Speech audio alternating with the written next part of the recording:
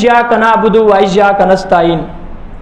यहाँ पे इय्याका मफ़ऊल है, नअबुदु फ़ेल है, और कायदा ये है कि मफ़ऊल जब पहले आता है तो हसर का माना देता है, जिसका मतलब ये होता है कि हम तेरी ही इबादत करते हैं। अगर इय्याका बाद में होता तो तर्जमा ये होना था कि हम तेरी इबादत करते हैं, लेकिन इय्याका नअबुदु हम तेरी ही इबादत करते हैं। ही का मतलब क्या है कि तेरे अलावा हम किसी के सामने माथा नहीं टेकते, तेरे अलावा हम किसी के सामने अपनी जबीने नियाज को नहीं झुकाते।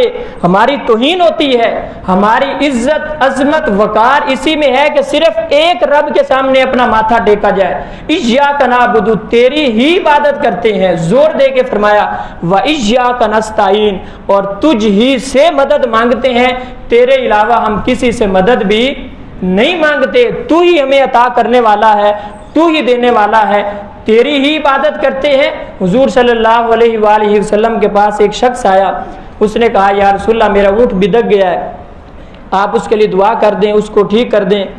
वो मैं उसके ज़रिए अपने बाग को पानी लगाया करता था, मैं बड़ा परेशान हूँ, मेरा बाग सूख गया। हुजूर उसके पास गए तो ऊँट दौड़ता हुआ आया, उसने रसूलुल्लाह को सजदा कर दिया। हज़रत उमर फ़ारूक आगे बढ़े, उन्होंने कहा कि या रसूलल्लाह ये ऊँट हो गया आपको सजदा करता है, जहालत के गढ़ों से तो आपने हमें निकाला है, हम ज्यादा इसका हक रखते हैं कि हम आपको सजदा करें। हुजूर सल्लल्लाहु अलैहि वसल्लम ने इरशाद फरमाया कि मेरी शरीयत में सजदा ताज़ीमी भी हराम है। मैं अगर किसी को सजदा करने का हुक्म देता तो औरत को हुक्म देता कि अपने खामद को सजदा करे।